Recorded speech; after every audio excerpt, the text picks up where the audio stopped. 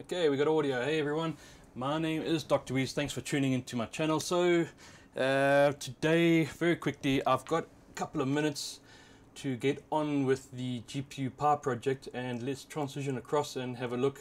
So if you didn't catch my last stream, basically what the plan is, I've got 5 GTX 1080 Hall of Fames from GOC last year. I just want to transfer across. So I've got 5 of these cards from the qualifiers and from the live competition, which come with a water block, which is this beautiful thing over here. And I've had 5 of these cards sitting doing nothing for a while, and I've been dreaming of projects and coming up with ideas. So we finally got a project on the go with these cards, and that's to run GPU power with 5 cards water cooled. So what I'm going to do quickly now today is basically unmount the air cooler off this card that I've been running on the test bench for a couple of months.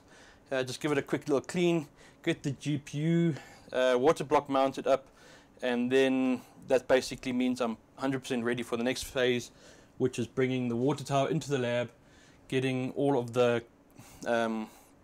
barbs installed, getting all the water cooling itself installed, and then giving it a quick test run without any power, and then giving it a test run, and then starting to get windows and everything else like that all configured up, and then seeing how GPU power scales. So there's quite a process. I'm hoping to have all of this done over the next week or two, because I've got a ton of other projects on the go as well, which I need to get this one done, get it out of the way, and get on with the next project. So for all those of you who are just tuning in for the first time, I do stream on 3 platforms at the same time. I'm live on Facebook, I'm live on Twitch, and on YouTube. So if you're having some bandwidth issues on Facebook, you can always go to Twitch, or you can go to YouTube, and then you can catch the replays on Twitch and on YouTube. So with that comes a little bit of complications, so it's difficult to manage 3 chats at once. I do try and jump around a bit. I love interacting with you guys, so if you've got a question, do ask. But today is really quite a straightforward little session, and periodically I'll check through the different chats. Also, I've got a Discord server up and running now. The information is scrolling on the screen. You can join in there, come and say hi. If you've got any questions, you can catch me there quite regularly. But again, I do have a wife and kids, and I'm not always online. So just give me some time to answer if you have any questions. I just want to quickly check the Twitch chat, and we do have a hello there. How you doing, Sev? Nice of you to tune in. Good to see you. And let's get cracking. So the first thing I need to do is just get this air cooler off. So this is the engineering sample air cooler that we got with the engineering samples. It's missing the nice fancy displays and all that sort of stuff. Other than that, it's pretty much a retail, like the retail version. So let's just get the box out of the way. And literally just before I start streaming, I got everything out of the box. So let's just get out the road and let's get going. Alright, so the instructions to mount this water block is a 1-page pamphlet, shall I say, and needless to say, there's no step-by-step, so I don't know if you can really see that. It's basically just, it's a list of the components, and then an expanded view of how it all fits together. So what I have been able to gather from this image is that these are the thermal pads. They need to then be cut, because they are not cut to size for each application. You need to cut the thermal pads to size for each one of the application points. Once you've got that in place, affix the back plate, and then put the water block down. So it's really quite a straightforward installation, and nothing terribly complicated. So this card has been running on the test bench for quite a while, and it still has a layer of Vaseline on it from the liquid nitrogen overclocking that we did in Thailand with it. I haven't put any of these cards back under liquid nitrogen since the event. I just haven't had the time to get any of that done. And I've got the fan off. I just need to unplug. You'll see that there are 2 connectors here. there's one at the back for RGB, and then there's one over there which is the fan power. And let's just, there we go. Alright, so the next thing we need to do is put that one side, and so I've got a little bit of elastic band there. I use that for holding the fan in place, but with the heat and the Vaseline it gets exceptionally fragile, so that just goes straight in the rubbish bin. Right, so next thing we've got to do is got to remove these heat sinks. So there's one here on the first set of VRMs, nice and easy to come off, and then this one here is held on by 2 screws which I undid already, and that should just pop off as well, so nothing terribly complicated with that. Let's open up the chat just to say, and Marius Wynn, thanks for tuning in, how are you doing?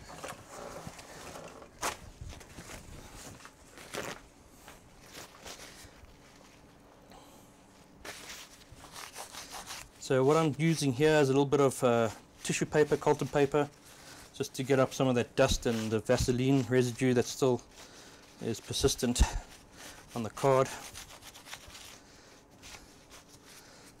Doesn't need to be terribly clean.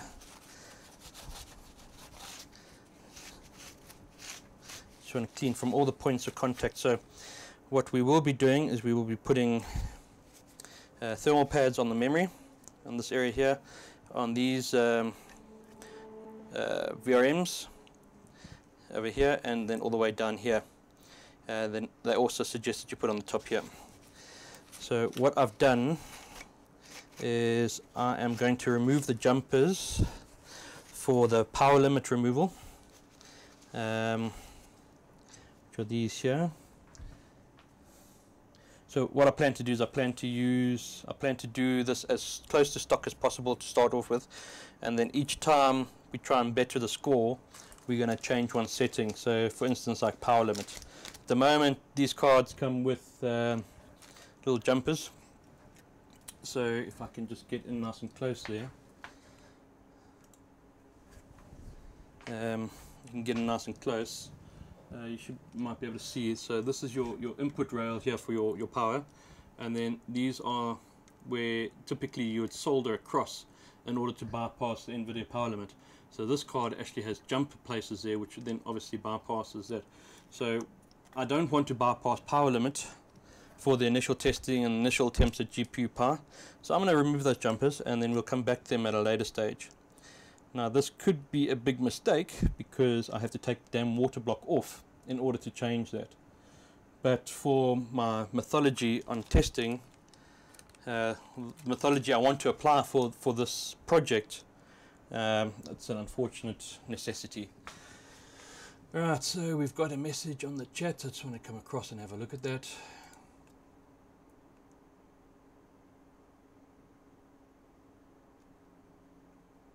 Alright, okay. So the retail version of the air cooler I've never seen. This is the closest example of the retail air cooler that I've seen. And then I've got the water block which has the VRM cooling on it as well. So my retail version has no VRM cooling, so yeah, that's good information.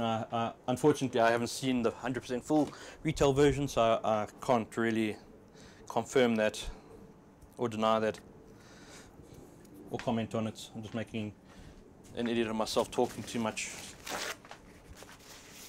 Alright, so next step is let's give this a little clean. So the thermal paste I'll be using for this project as well is the Thermal Grizzly Crynaut.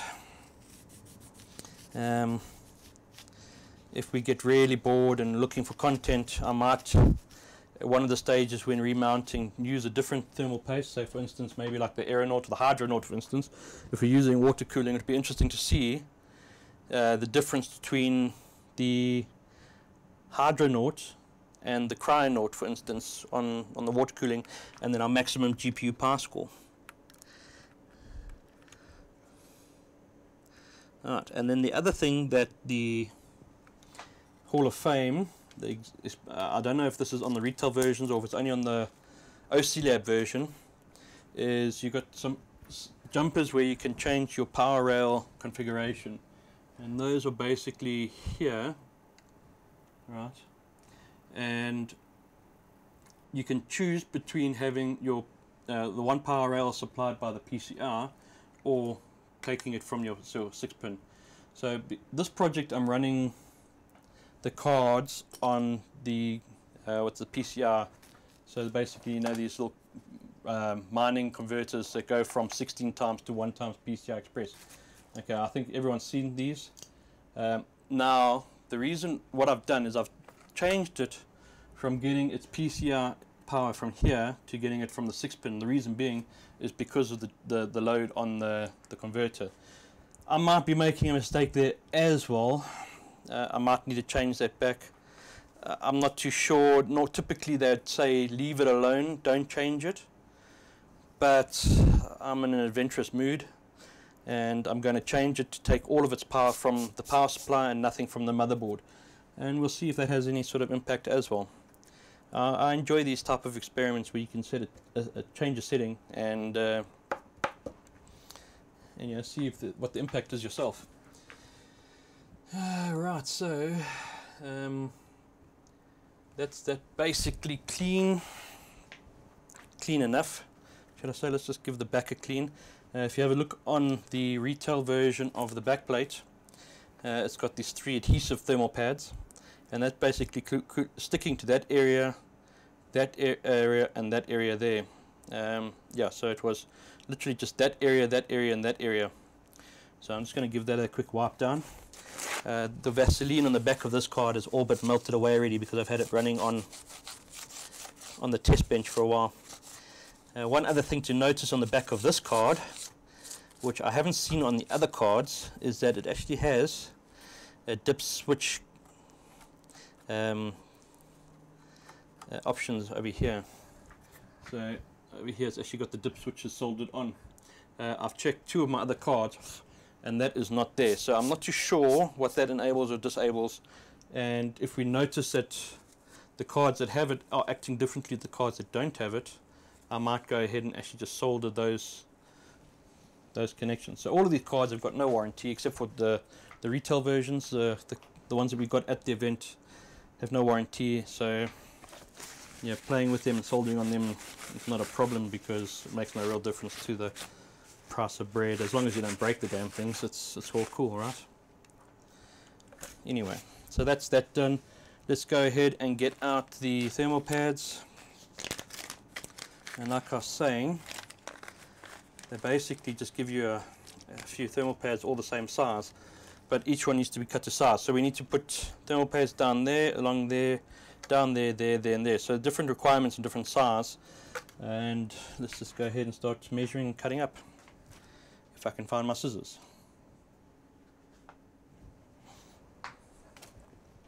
I had them here a minute ago. Alright, hold on, let me go and find my scissors.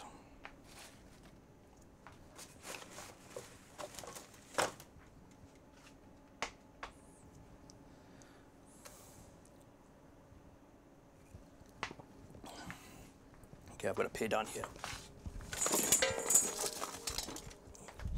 Alright, scissors found. Okay, so the first thing we'll do is we'll measure up there, and that's pretty close to 1/4. So we'll just take that, and what they've done is, I don't know if you can see on the thermal pad, there's like a diamond pattern. I don't think you can really see that on the stream, but the diamond pattern enables you to now select, okay, right, we want 1.5 diamonds or 2 diamonds for that one, and then it gives you like a nice little cutting line that you can cut straight without having to mark with a ruler or anything. It's I don't know if that's done by design or if it's just a coincidence, but it really does make it easier to cut in a straighter line. So we put that one there should be good for the memory,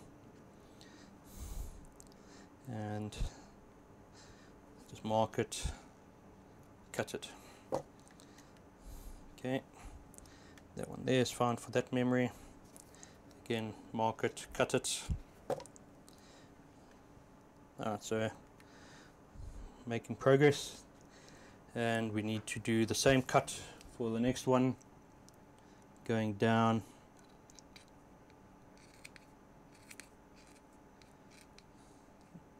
It's really not rocket science, I don't think. So measure, mark, cut. Then we need a piece for the top here.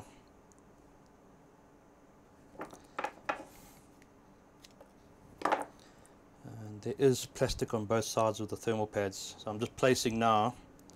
But what I will do is once I've got everything cut up, I will then take off pieces. Okay, mark and cut. That can maybe go there, and we need one more for the memory, so again another 1/4 off.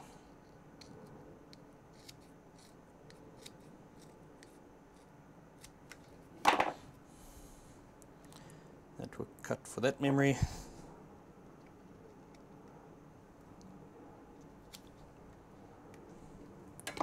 Then we've got a little piece for there, that works out well, and then we need to do there and there and there. So those are quite thin, we'll cut this one in half. Mark and measure.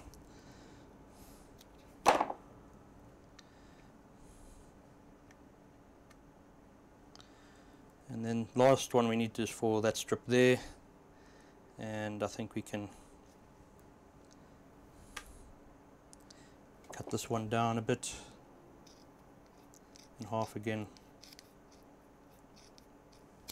And that's basically that. So now that we've got all our pieces, we should really put our back plate on before getting too wild here.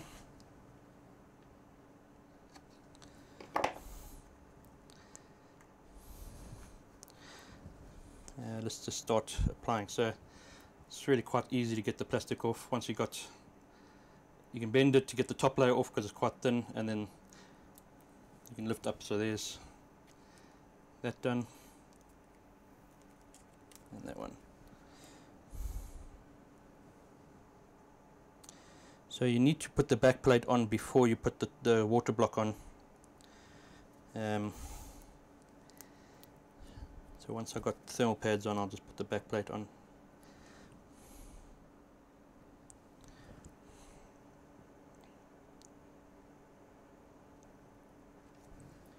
Right, so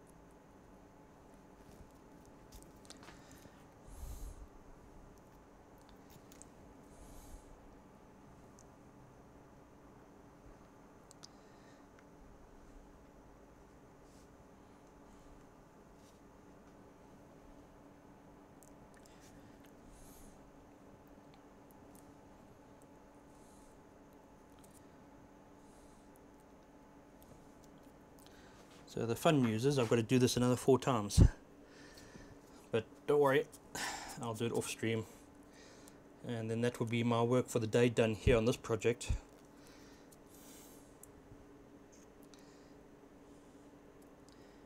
I want to get the water tower into the lab maybe on Sunday. Yeah, Sunday I can maybe bring the water tower into the lab and do a quick introduction on that.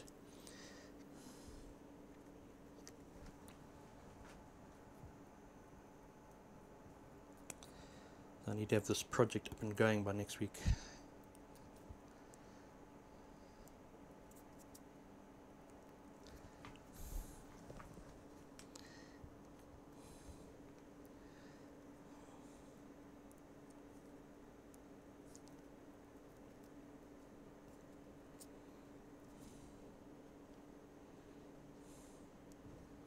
Alright, so anybody got anything, questions?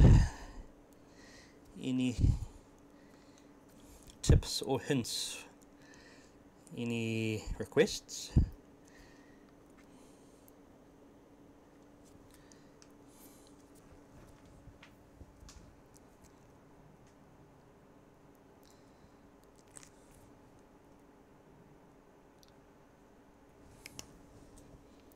Right, almost done.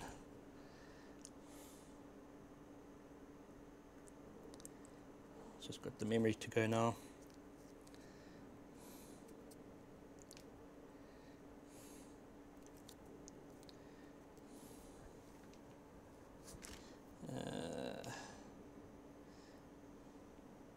So the thermal pads are 1 millimeter thick, so they do give you plenty. I mean, I've covered everything I need to cover, and I've still got 1, 2, 3 remaining. So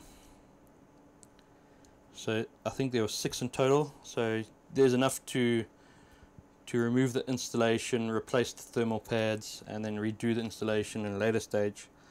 I could have even saved a greater number of thermal pads by putting on a square on each memory instead of just putting a long strip like this.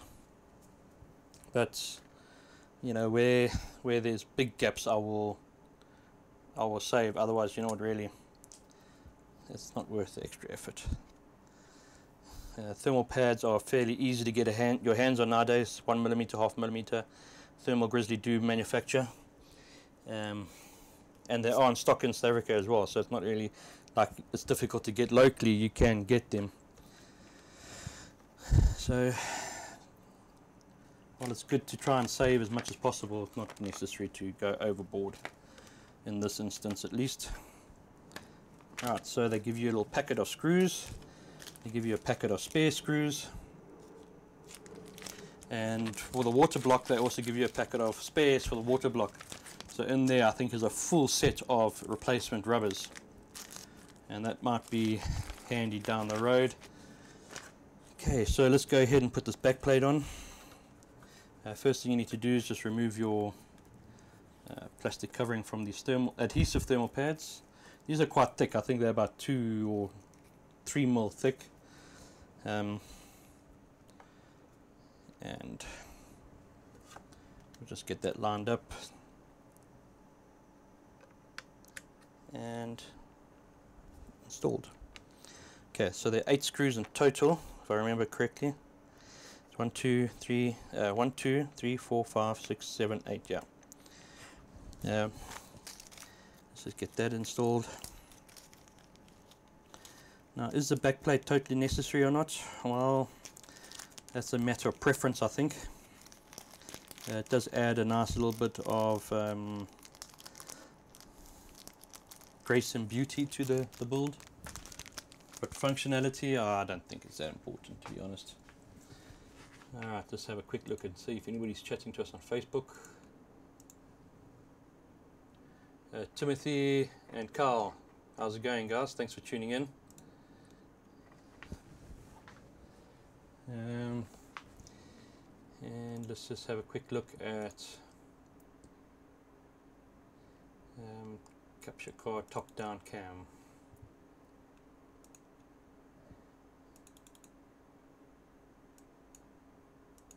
Having some problems with this Logitech camera software. It really has been a bit of a pain.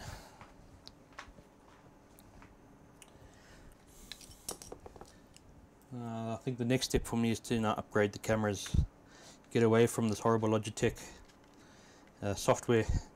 See, the problem is, if you've got multiple cameras connected to the system, their software doesn't actually identify or doesn't allow you to configure each camera individually. If I want to configure the one camera, I've got to unplug the other camera and configure it.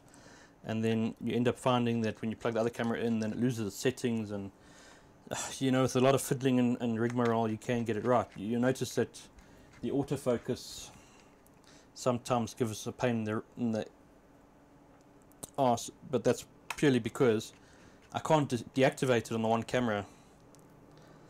It's a real pain, but anyway. So I'm in the process of trying to find some new cameras to use on there. Alright, so they've given us 7 screws where you would need 8. In the bag of spares though, there is a spare screw that you can use for the 8th. Yeah, there are actually 2 spare screws, so if you lose one you do have a spare. And these are nasty little screws. They will fall into the black hole of the carpet or the floor if you should drop it. So just handle with care. Right, so that's our 8 installed for the back plate, and then we can go ahead and install the water block. So the water block is held on by 6 screws. There are 2 screws here on the VRM section, and then obviously your 4 around the block. Almost forgot to put thermal paste on.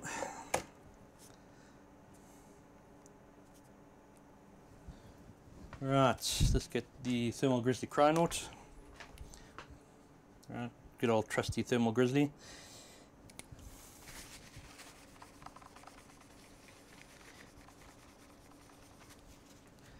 And you know, we can go one step further as well and try a little bit of conductor naut at a much later stage. Once I've got the initial testing all done, I think we can have a look at that. We're currently out of stock of conductor naut in South Africa. There is a shipment en route though. I don't have any ETAs of when the stuff will be arriving, but we will have stock again in the next couple of weeks, I'm sure.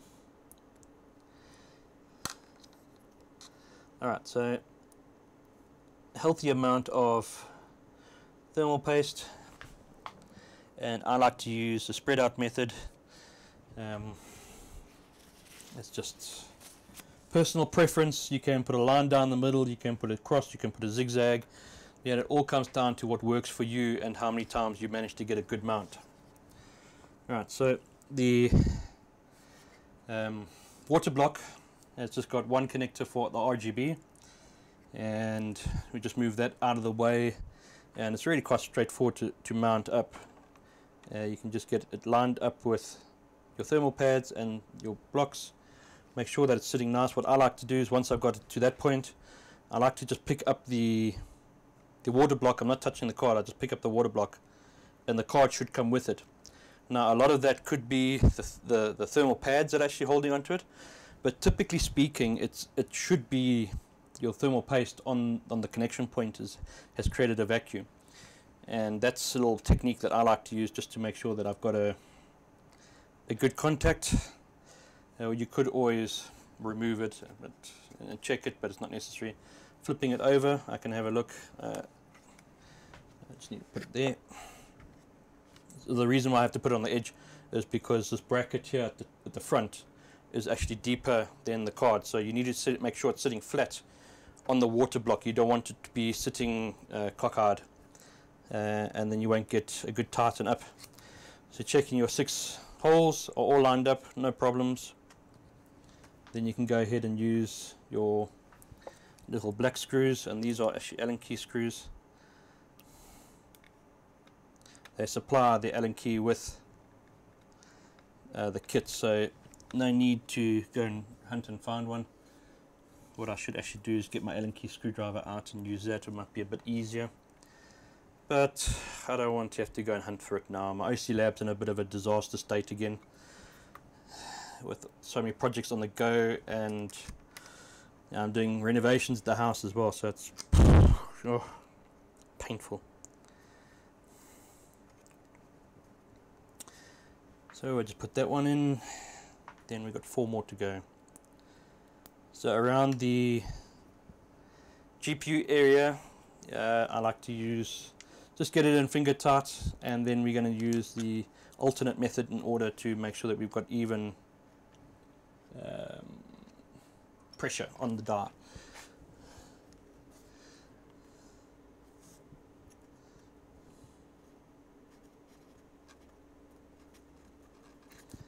Okay.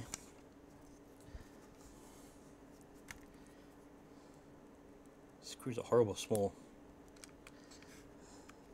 2.5 mil screws. And this Allen key is also Allen key for ants, if you're asking me. But okay, right. That's that done. Done and done.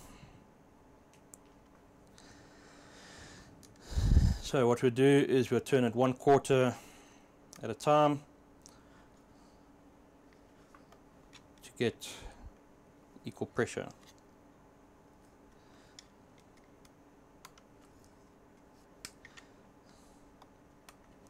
And I should have been alternating, but I've just done the semicircle method. That one wasn't even finger tight. Okay.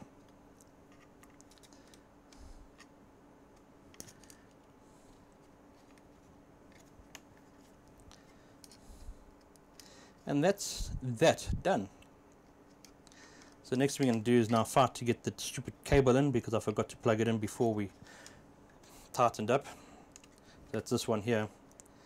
But I should be able to get it in with the long nose pliers. No problem. Okay, so that's that done. Don't need to over tighten it, you just need to make sure that there's a semi-decent pressure.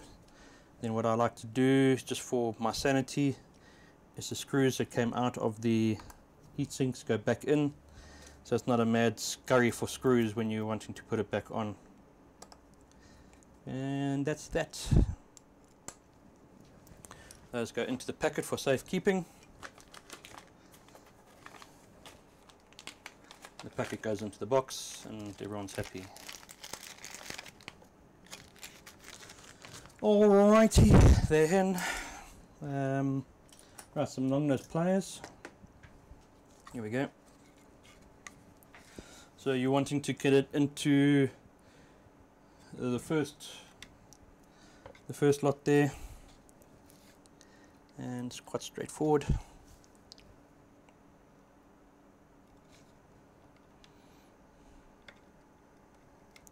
Really, you should plug this in before you put the water block on, but you know, when you on idiot like me, sometimes you don't remember.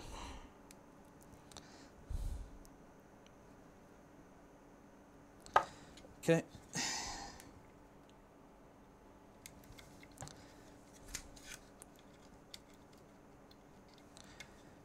bend the wires back, get it in.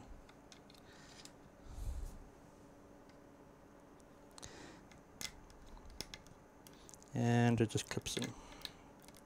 And it just clips in. And it just clips in. There we go. Third time, third try.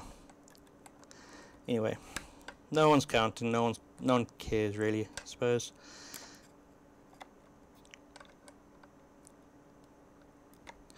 Alright, so that is basically that. So one last thing to do is on the back of the back plate there is a piece of plastic that would need to come off in order for it to be able to breathe nicely. And then we've got our plugs. We want water to flow in that side, so water will be coming in from, let's put it there, water will be coming in that side, so we're going to put the plug on this side, and then water will be going out in the opposite direction to the cooling tower.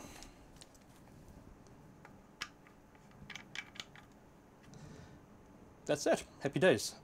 Alright, so the next step is really going to be to get the cards all mounted up into the frame, get the barbs installed, cut the pipes. Now unfortunately the majority of the connections I've got are all compression fittings, and I really, for this type of, I don't like them for this type of project. I'd prefer to have a like a barb and just use a clamp in order to hold it off, but I'm not going to go and buy just particularly for this project. So I'm going to use the compression fittings that I've got and the flexible tubing. I'm going to measure all of that up and get it all installed and try and get it tightened up soon. I'd like to say Sunday. I want to get the water tower in here on Sunday as well, and I want to get this thing leak tested so we can get it up and firing. The problem with using these compression fittings is it's not freaking easy, and I'm worried. Let me just say that. So I don't know if it might be worth my while just going and spending the money and buying buying a couple of these, which is going to be much easier because you just put it on, use a G-clamp, and you know, off you go. I don't want to spend money. I don't have a lot of cash to blow at the moment, so let's try the barbs first and let's see how we go.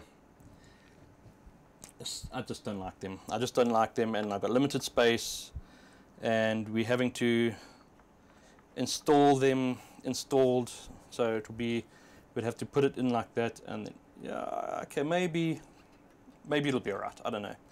Anyway, so I'm going to get all that prepared and ready and mount it up.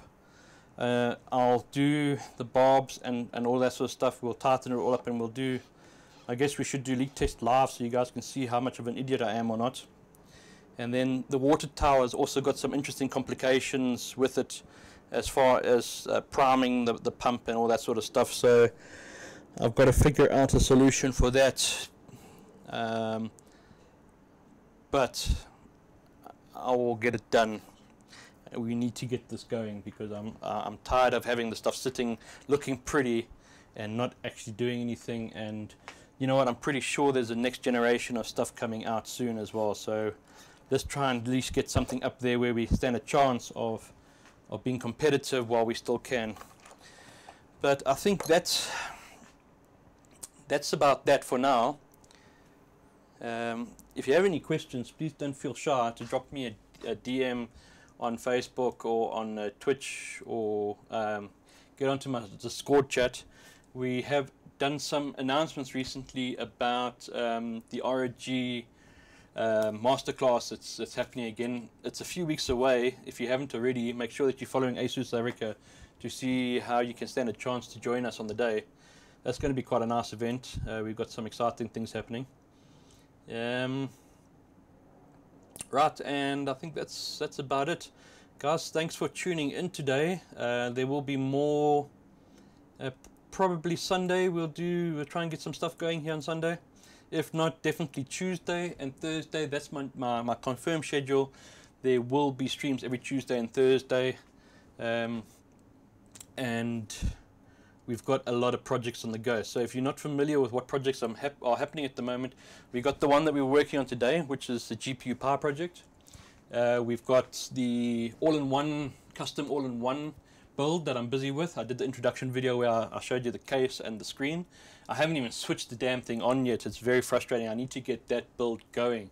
It's part of my business to make sure that these things are happening. Then what else do we have going? We've got the AMD thing going as well. That's been running in the background now for the last 2 weeks, and I've got some data that I can share with you on that. I need to get that 1700X out of that board and get the next one in and get it testing, so I need to just do a quick stream on that. And then we've got the masterclass coming up as well, so there's a couple of introduction videos I need to do on that regarding the hardware we're going to be using. And then I also have a whole lot of pre-testing to do, and I need to get back up to speed on a couple of other things. So all very exciting. There's lots of streams to come in the next couple of weeks, so make sure that you are subscribed on Twitch so you get notification of when I go live. But guys, I think that's it for me today. Thanks for tuning in. Don't forget to follow, don't forget to like, all the good things in the world. Until next time, happy benching.